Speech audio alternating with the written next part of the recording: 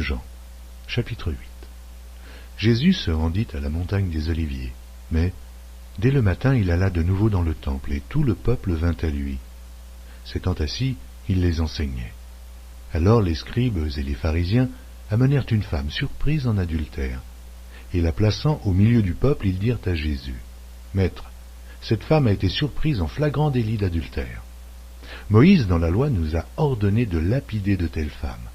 Toi donc, que dis-tu » Il disait cela pour l'éprouver, afin de pouvoir l'accuser. Mais Jésus, s'étant baissé, écrivait, avec le doigt sur la terre. Comme il continuait à l'interroger, il se releva et leur dit, « Que celui de vous qui est sans péché jette le premier la pierre contre elle. » Et s'étant de nouveau baissé, il écrivait sur la terre. Quand ils entendirent cela, accusés par leur conscience, ils se retirèrent un à un, depuis les plus âgés jusqu'au dernier. Et Jésus resta seul avec la femme qui était là, au milieu. Alors, s'étant relevé, et ne voyant plus que la femme, Jésus dit, « Femme, où sont ceux qui t'accusaient? Personne ne t'a-t-il condamné ?» Elle répondit, « Non, Seigneur. » Et Jésus lui dit, « Je ne te condamne pas non plus. Va, et ne pêche plus. » Jésus leur parla de nouveau et dit, « Je suis la lumière du monde. Celui qui me suit ne marchera pas dans les ténèbres, mais il aura la lumière de la vie. » Là-dessus, les pharisiens lui dirent, « Tu rends témoignage de toi-même, ton témoignage n'est pas vrai. » Jésus leur répondit, « Quoique je rende témoignage de moi-même, mon témoignage est vrai, car je sais d'où je suis venu et où je vais. Mais vous, vous ne savez d'où je viens, ni où je vais. Vous jugez selon la chair, moi, je ne juge personne. Et si je juge, mon jugement est vrai, car je ne suis pas seul, mais le Père qui m'a envoyé est avec moi. Il est écrit dans votre loi que le témoignage de deux hommes est vrai. Je rends témoignage de moi-même, et le Père qui m'a envoyé rend témoignage de moi. » Ils lui dirent donc, « Où est ton Père ?» Jésus répondit, « Vous ne connaissez ni moi, ni mon Père. Si vous me connaissiez, vous connaîtriez aussi mon Père. » Jésus dit ces paroles, enseignant dans le temple, au lieu où était le trésor, et personne ne le saisit parce que son heure n'était pas encore venue. Jésus leur dit encore, « Je m'en vais, et vous me chercherez, et vous mourrez dans votre péché, vous ne pouvez venir où je vais. » Sur quoi les Juifs dirent, « Se tuera-t-il lui-même, puisqu'il dit, vous ne pouvez venir où je vais ?» Et il leur dit, « Vous êtes d'en bas, moi je suis d'en haut. Vous êtes de ce monde, moi je ne suis pas de ce monde. C'est pourquoi je vous ai dit que vous mourrez dans vos péchés, car si vous ne croyez pas ce que je suis, vous mourrez dans vos péchés. Qui es-tu, lui dirent-ils. Jésus leur répondit, ce que je vous dis dès le commencement. J'ai beaucoup de choses à dire de vous et à juger en vous. Mais celui qui m'a envoyé est vrai, et ce que j'ai entendu de lui, je le dis au monde. » Ils ne comprirent point qu'il leur parlait du Père.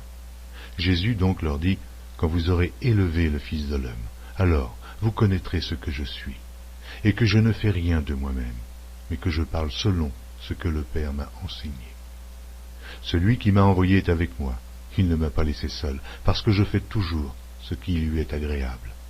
Comme Jésus parlait ainsi, plusieurs crurent en lui, et il dit aux Juifs qui avaient cru en lui, « Si vous demeurez dans ma parole, vous êtes vraiment mes disciples, vous connaîtrez la vérité, et la vérité vous affranchira. » Ils lui répondirent, « Nous sommes la postérité d'Abraham, et nous ne fûmes jamais esclaves de personne. Comment dis-tu, vous deviendrez libres ? » En vérité, je vous le dis, leur répliqua Jésus, quiconque se livre au péché est esclave du péché. Or l'esclave ne demeure pas toujours dans la maison, le Fils y demeure toujours. Si donc le Fils vous affranchit, vous serez réellement libres. Je sais que vous êtes la postérité d'Abraham, mais vous cherchez à me faire mourir, parce que ma parole ne pénètre pas en vous. Je dis ce que j'ai vu chez mon Père, et vous, vous faites ce que vous avez entendu de la part de votre Père. Ils lui répondirent, « Notre Père, c'est Abraham. » Jésus leur dit, « Si vous étiez enfants d'Abraham, vous feriez les œuvres d'Abraham. Mais maintenant, vous cherchez à me faire mourir. Moi qui vous ai dit la vérité, que j'ai entendue de Dieu. Cela, Abraham ne l'a point fait. Vous êtes les œuvres de votre Père. » Ils lui dirent, « Nous ne sommes pas des enfants illégitimes, nous avons un seul Père, Dieu. » Jésus leur dit, « Si Dieu était votre Père, vous m'aimeriez, car c'est de Dieu que je suis sorti et que je viens. Je ne suis pas venu de moi-même, mais c'est lui qui m'a envoyé. Pourquoi ne comprenez-vous pas mon langage? Parce que vous ne pouvez écouter ma parole.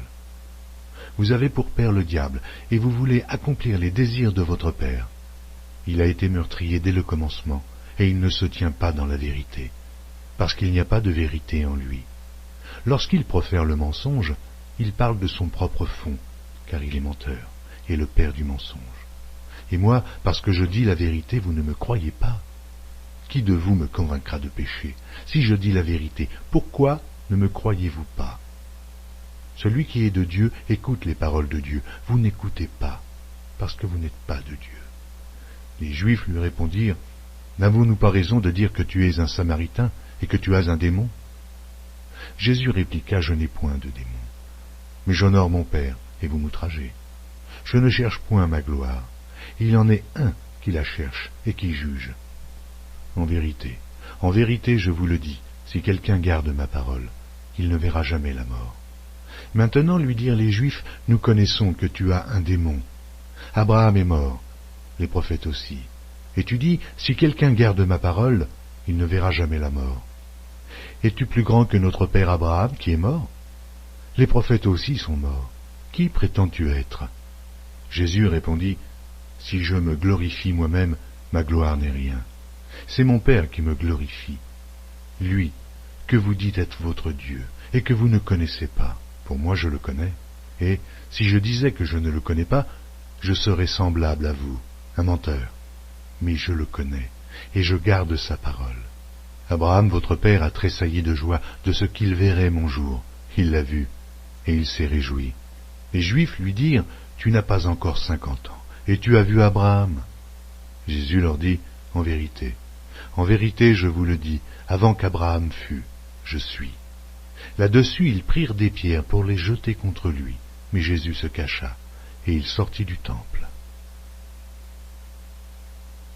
Jean, chapitre 9. Jésus vit en passant un homme aveugle de naissance. Ses disciples lui firent cette question, « Rabbi, qui a péché, cet homme ou ses parents, pour qu'il soit né aveugle ?» Jésus répondit, « Ce n'est pas que lui ou ses parents aient péché, mais c'est afin que les œuvres de Dieu soient manifestées en lui. Il faut que je fasse, tandis qu'il est jour, les œuvres de celui qui m'a envoyé. La nuit vient où personne ne peut travailler. Pendant que je suis dans le monde, je suis la lumière du monde. » Après avoir dit cela, il cracha à terre, et fit de la boue avec sa salive, puis il appliqua cette boue sur les yeux de l'aveugle, et lui dit, « Va, et lave-toi au réservoir de Siloé, nom qui signifie « envoyé ». Il y alla, se lava, et s'en retourna voyant clair. Ses voisins et ceux qui auparavant l'avaient connu comme un mendiant disaient, « N'est-ce pas là celui qui se tenait assis et qui mendiait ?»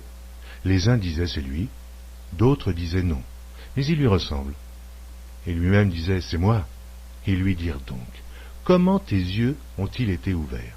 Il répondit, « L'homme qu'on appelle Jésus a fait de la boue, a oint mes yeux et m'a dit, « Va au réservoir de Siloé et lave-toi. » J'y suis allé, je me suis lavé, et j'ai recouvré la vue. Ils lui dirent, « Mais où est cet homme ?» Il répondit, « Je ne sais. » Ils menèrent vers les pharisiens celui qui avait été aveugle. Or, c'était un jour de Shabbat que Jésus avait fait de la boue et lui avait ouvert les yeux. De nouveau, les pharisiens aussi lui demandèrent comment il avait recouvré la vue. Et il leur dit, « Il a appliqué de la boue sur mes yeux, je me suis lavé, et je vois. » Sur quoi quelques-uns des pharisiens dirent, « Cet homme ne vient pas de Dieu, car il n'observe pas le Shabbat. » D'autres dirent, « Comment un homme pécheur peut-il faire de tels miracles ?» Il y eut division parmi eux.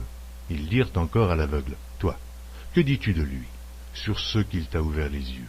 Il répondit, « C'est un prophète. » Les Juifs ne crurent point qu'il eût été aveugle et qu'il eût recouvré la vue, jusqu'à ce qu'ils eussent fait venir ses parents. Ils les interrogèrent, disant, « Est-ce là votre fils, que vous dites né aveugle? Comment donc voit-il maintenant ?» Ses parents répondirent, « Nous savons que c'est notre fils et qu'il est né aveugle, Mais comment il voit maintenant, ou qui lui a ouvert les yeux, c'est ce que nous ne savons. Interrogez-le lui-même, il a de l'âge. Il parlera de ce qui le concerne. Ses parents dirent cela parce qu'ils craignaient les Juifs, car les Juifs étaient déjà convenus que, si quelqu'un reconnaissait Jésus pour le Christ, il serait exclu de la synagogue. C'est pourquoi ses parents dirent, il a de l'âge, interrogez-le lui-même. Les pharisiens appelèrent une seconde fois l'homme qui avait été aveugle et lui dirent, donne gloire à Dieu, nous savons que cet homme est un pécheur. Il répondit, s'il est un pécheur, je ne sais. Je sais une chose, c'est que j'étais aveugle et que maintenant je vois. Ils lui dirent, que t'a-t-il fait? Comment t'a-t-il ouvert les yeux? Il leur répondit, je vous l'ai déjà dit, et vous n'avez pas écouté. Pourquoi voulez-vous l'entendre encore? Voulez-vous aussi devenir ses disciples? Ils l'injurièrent et dirent, c'est toi qui es son disciple. Nous sommes disciples de Moïse. Nous savons que Dieu a parlé à Moïse, mais celui-ci, nous ne savons d'où il est. Cet homme leur répondit, il est étonnant que vous ne sachiez d'où il est, et cependant il m'a ouvert les yeux. Nous savons que Dieu n'exauce point les pécheurs, mais si quelqu'un l'honore et fait sa volonté, c'est celui-là qui l'exauce. Jamais on n'a entendu dire que quelqu'un ait ouvert les yeux d'un aveugle-né. Si cet homme ne venait pas de Dieu, il ne pourrait rien faire. Ils lui répondirent, tu es né tout entier dans le péché, et tu nous enseignes, et ils le chassèrent. Jésus apprit qu'ils l'avaient chassé, et, l'ayant rencontré, il lui dit, crois-tu au Fils de Dieu? Il répondit, et qui est-il, Seigneur, afin que je croie en lui? Tu l'as vu, lui dit Jésus, et celui qui te parle, c'est lui. Et il dit, je crois, Seigneur, et il se prosterna devant lui.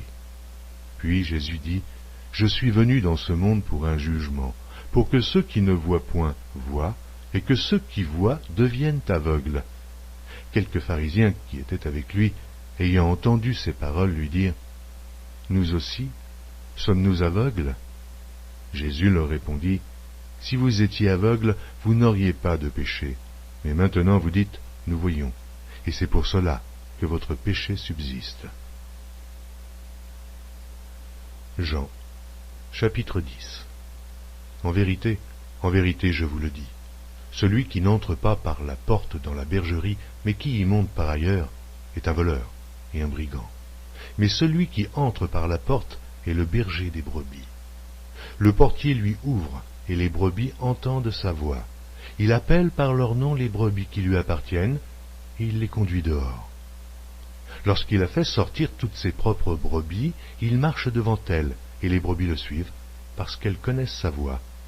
Elles ne suivront point un étranger, mais elles fuiront loin de lui, parce qu'elles ne connaissent pas la voix des étrangers. Jésus leur dit cette parabole, mais ils ne comprirent pas de quoi il leur parlait.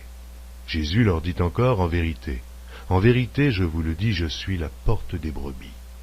Tous ceux qui sont venus avant moi sont des voleurs et des brigands, mais les brebis ne les ont point écoutés. Je suis la porte. Si quelqu'un entre par moi, il sera sauvé. Il entrera et il sortira, et il trouvera des pâturages. Le voleur ne vient que pour dérober, égorger et détruire. Moi, je suis venu afin que les brebis aient la vie, et qu'elles soient dans l'abondance.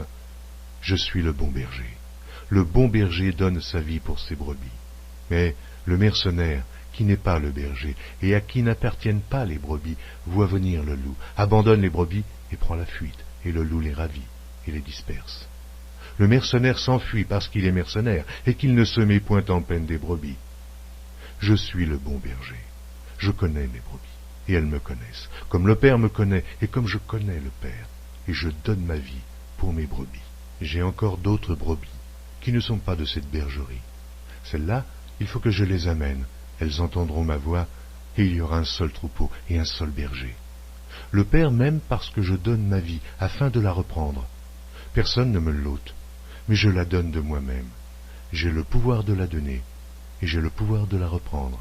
Tel est l'ordre que j'ai reçu de mon Père. Il y eut de nouveau, à cause de ces paroles, division parmi les Juifs. Plusieurs d'entre eux disaient, « Il a un démon, il est fou. Pourquoi l'écoutez-vous » D'autres disaient, « Ce ne sont pas les paroles d'un démoniaque.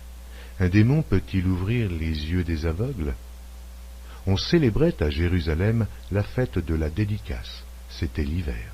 et Jésus se promenait dans le temple, sous le portique de Salomon. Les Juifs l'entourèrent et lui dirent, « Jusque à quand tiendras-tu nos esprits en suspens? Si tu es le Christ, dis-le-nous, franchement. » Jésus leur dit, « Je vous l'ai dit, et vous ne croyez pas. Les œuvres que je fais au nom de mon Père rendent témoignage de moi. Mais vous ne me croyez pas, parce que vous n'êtes pas de mes brebis. Mes brebis entendent ma voix, je les connais, et elles me suivent. Je donne la vie éternelle, et elles ne périront jamais, et personne ne les ravira de ma main. Mon Père qui me les a donnés est plus grand que tous, et personne ne peut les ravir de la main de mon Père. Moi et le Père, nous sommes un. » Alors les Juifs prirent de nouveau des pierres pour le lapider. Jésus leur dit, « Je vous ai fait voir plusieurs bonnes œuvres venant de mon Père. Et pour laquelle me lapidez-vous » Les Juifs répondirent, « Ce n'est point pour une bonne œuvre que nous te lapidons, mais pour un blasphème, et parce que toi, qui es homme, tu te fais Dieu. » Jésus leur répondit, « N'est-il pas écrit dans votre loi, j'ai dit, vous êtes des dieux. Si elle a appelé Dieu ceux à qui la parole de Dieu a été adressée, et si l'écriture ne peut être anéantie, celui que le Père a sanctifié et envoyé dans le monde, vous lui dites, tu blasphèmes. Et cela parce que j'ai dit, je suis le Fils de Dieu.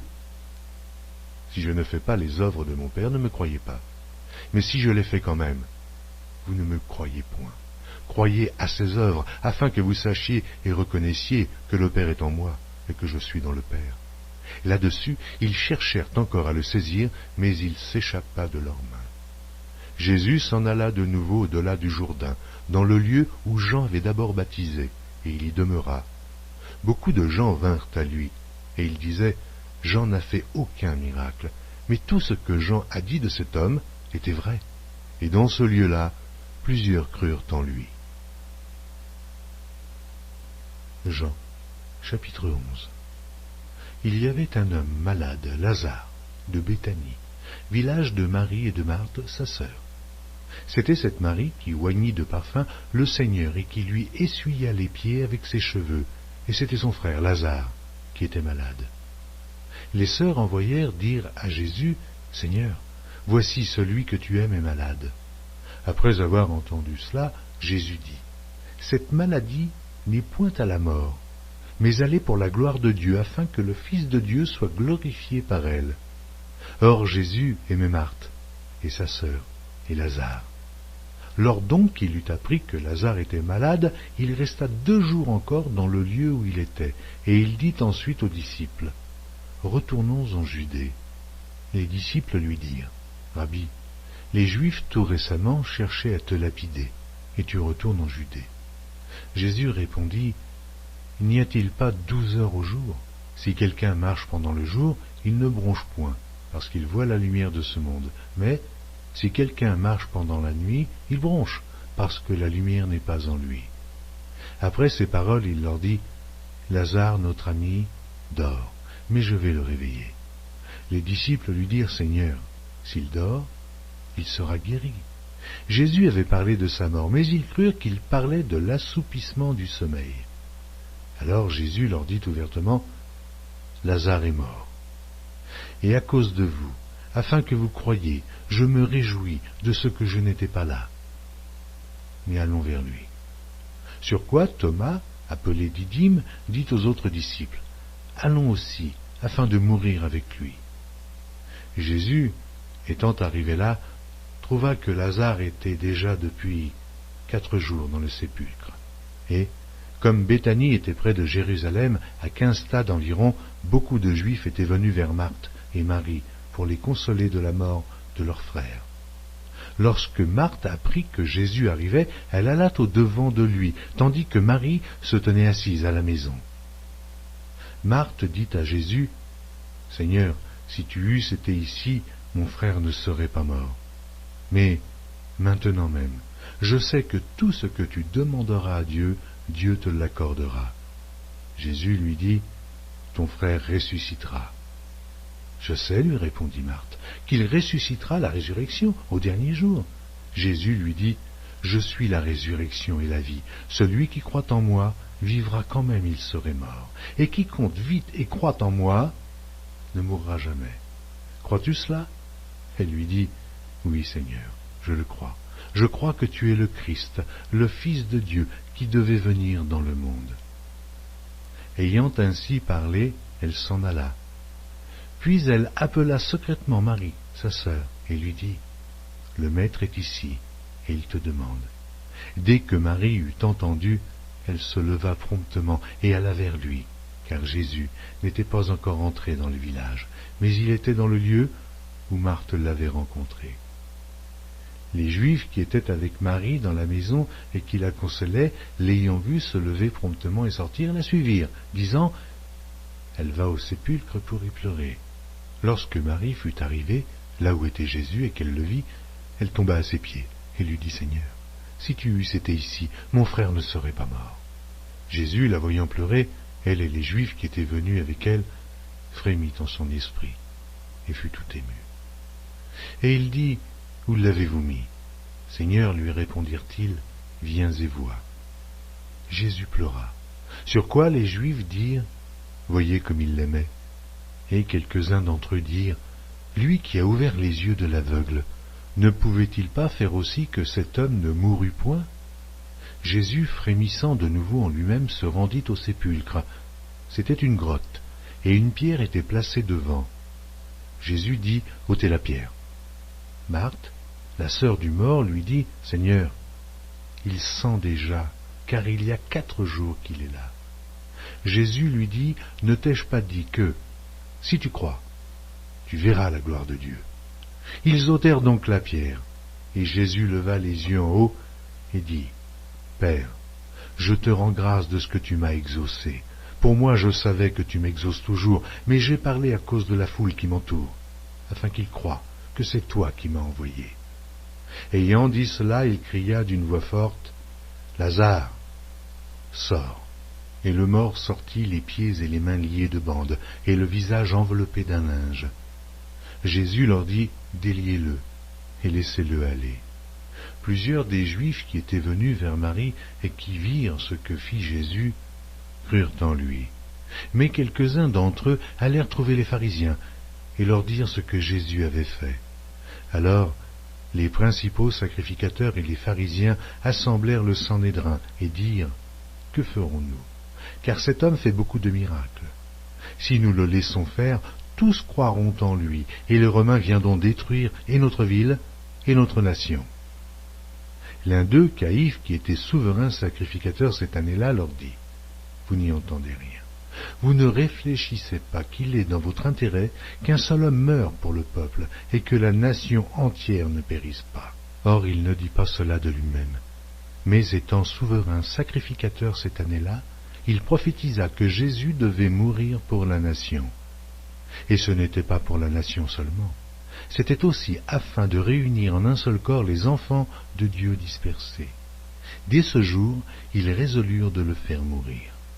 C'est pourquoi Jésus ne se montra plus ouvertement parmi les Juifs, mais il se retira dans la contrée voisine du désert, dans une ville appelée Éphraïm, et là, il demeurait avec ses disciples. La Pâque des Juifs était proche, et beaucoup de gens du pays montèrent à Jérusalem avant la Pâque pour se purifier. Ils cherchaient Jésus, et ils se disaient les uns aux autres dans le temple, « Que vous en semble? Ne viendra-t-il pas à la fête ?» Or les principaux sacrificateurs et les pharisiens avaient donné l'ordre que, si quelqu'un savait où il était, il le déclarât, afin qu'on se saisît de lui. Jean, chapitre 12. 6 jours avant la Pâque, Jésus arriva à Béthanie, où était Lazare, qu'il avait ressuscité des morts. Là, on lui fit un souper. Marthe servait, et Lazare était un de ceux qui se trouvaient à table avec lui. Marie, ayant pris une livre d'un parfum de nard pur de grand prix, oignit les pieds de Jésus, et elle lui essuya les pieds avec ses cheveux, et la maison fut remplie de l'odeur du parfum. Un de ses disciples, Judas Iscario, fils de Simon, celui qui devait le livrer, dit, « Pourquoi n'a-t-on pas vendu ce parfum 300 deniers pour les donner aux pauvres ?» Il disait cela, non qu'il se mît en peine des pauvres, mais parce qu'il était voleur, et que, tenant la bourse, il prenait ce qu'on y mettait. Mais Jésus dit, « Laissez-la garder ce parfum pour le jour de ma sépulture. Vous avez toujours les pauvres avec vous, mais vous ne m'avez pas toujours. » Une grande multitude de Juifs apprirent que Jésus était à Béthanie, et ils y vinrent, non pas seulement à cause de lui, mais aussi pour voir Lazare, qu'il avait ressuscité des morts. Les principaux sacrificateurs délibérèrent de faire mourir aussi Lazare, parce que beaucoup de Juifs se retiraient d'eux à cause de lui et croyaient en Jésus. Le lendemain, une foule nombreuse de gens venus à la fête, ayant entendu dire que Jésus se rendait à Jérusalem, prirent des branches de palmier et allèrent au-devant de lui en criant « Hosanna, Hosanna, béni soit celui qui vient au nom du Seigneur, le roi d'Israël. » Jésus trouva un ânon et s'assit dessus, selon qu'il est écrit « Ne crains point, fille de Sion.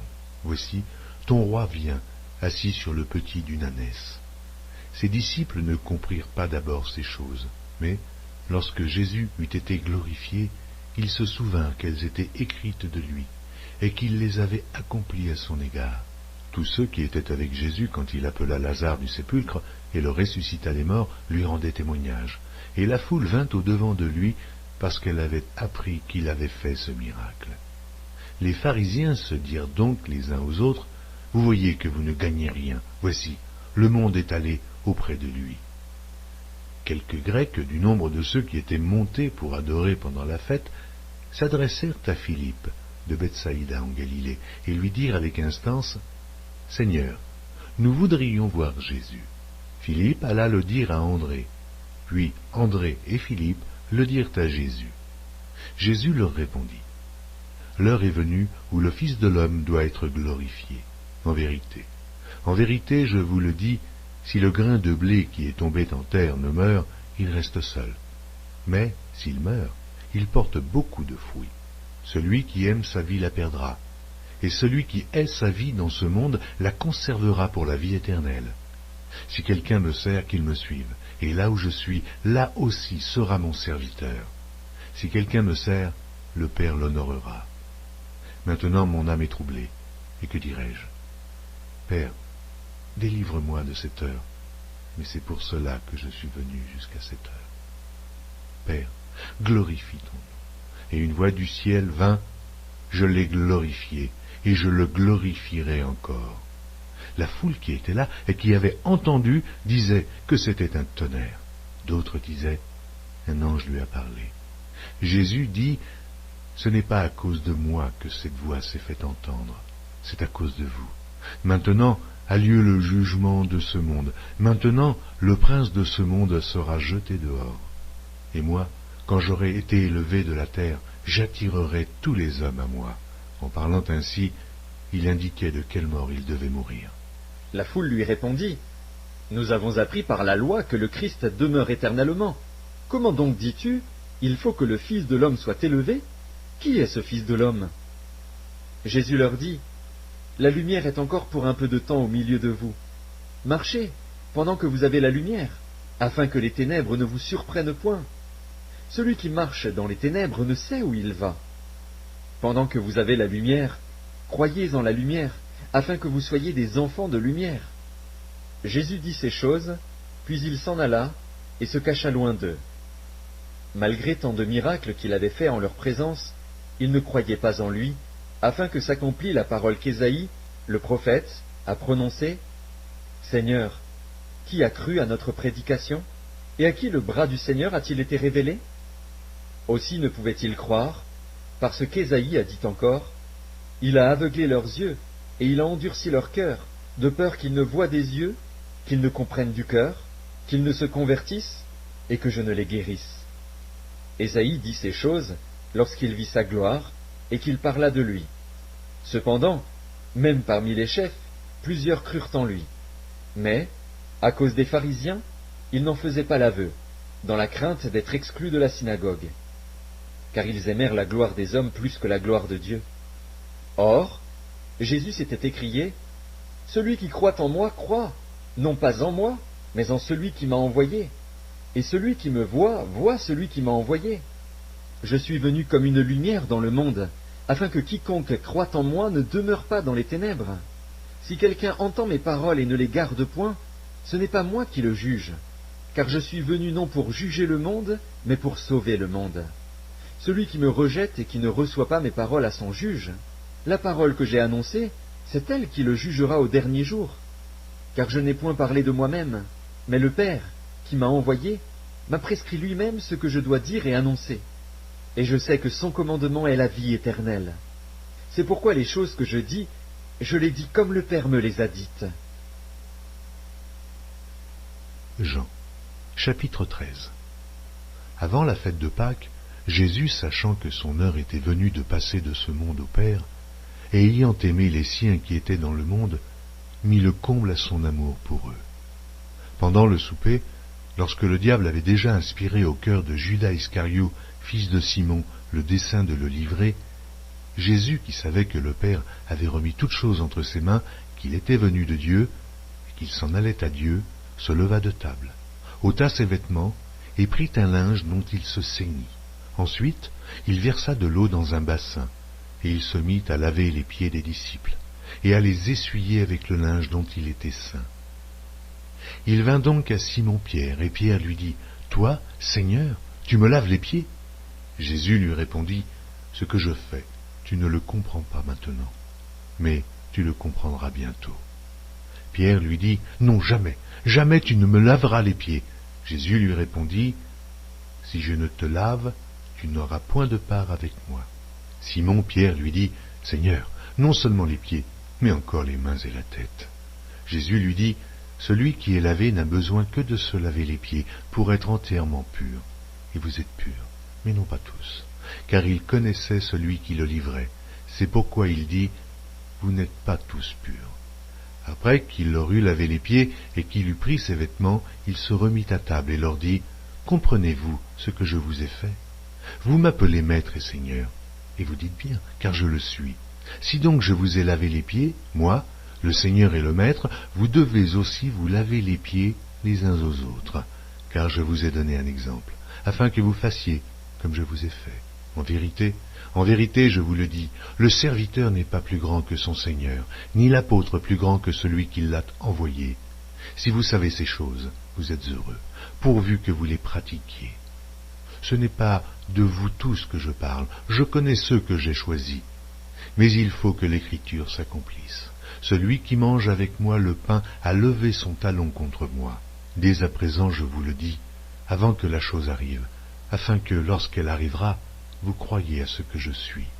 En vérité, je vous le dis, celui qui reçoit celui que j'aurai envoyé me reçoit, et celui qui me reçoit, reçoit celui qui m'a envoyé. » Ayant ainsi parlé, Jésus fut troublé en son esprit, et il dit expressément, « En vérité, je vous le dis, l'un de vous me livrera. » Les disciples se regardaient les uns les autres, ne sachant de qui ils parlaient.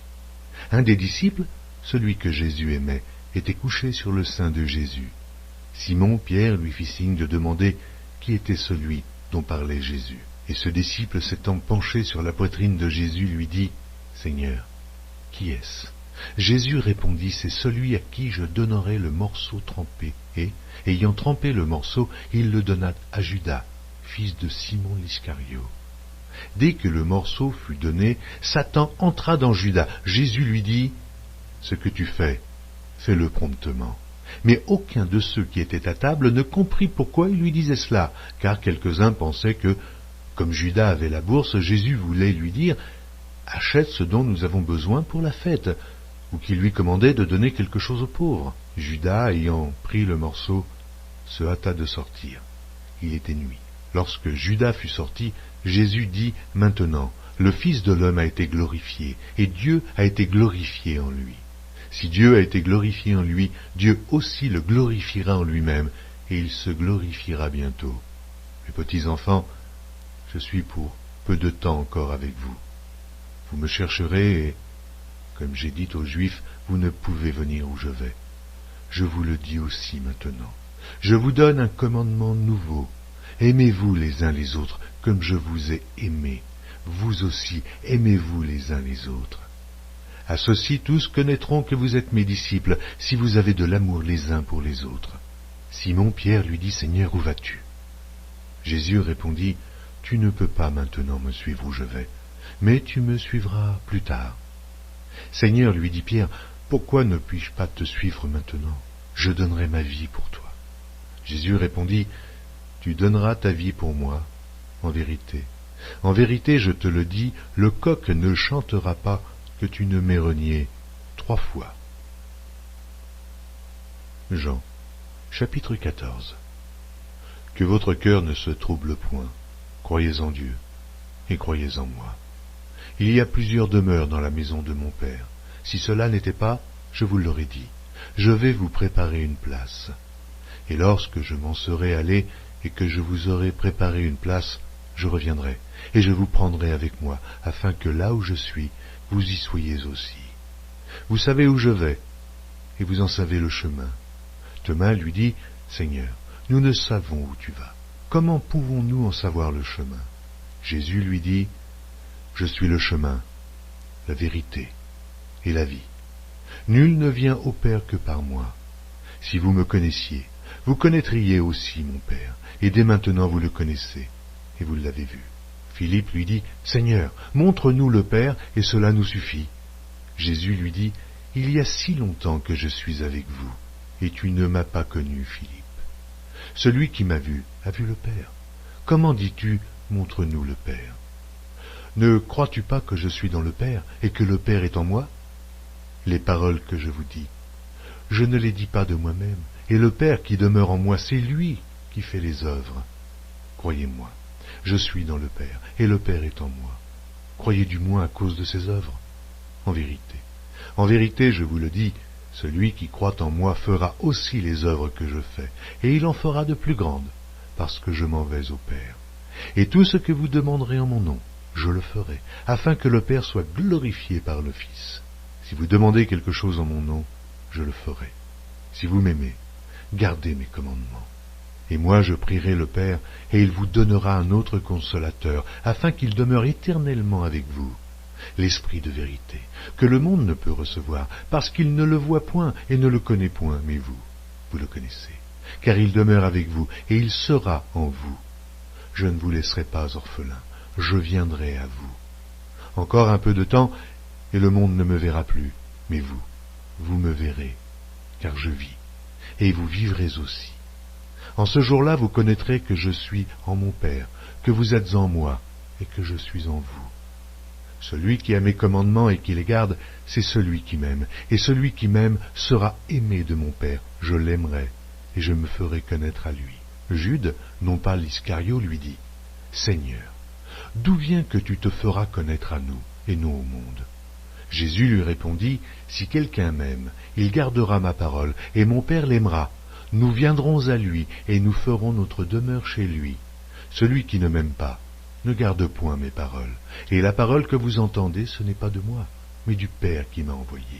Je vous ai dit ces choses pendant que je demeure avec vous, mais le Consolateur, l'Esprit Saint, que le Père enverra en mon nom, vous enseignera toutes choses, et vous rappellera tout ce que je vous ai dit.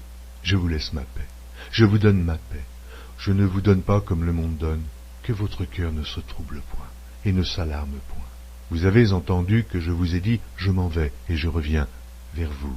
Si vous m'aimiez, vous vous réjouiriez de ce que je vais au Père, car le Père est plus grand que moi.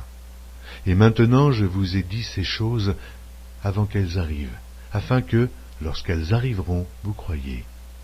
Je ne parlerai plus guère avec vous, car le prince du monde vient. Il n'a rien en moi, mais afin que le monde sache que j'aime le Père et que j'agis selon l'ordre que le Père m'a donné, levez-vous, partons d'ici.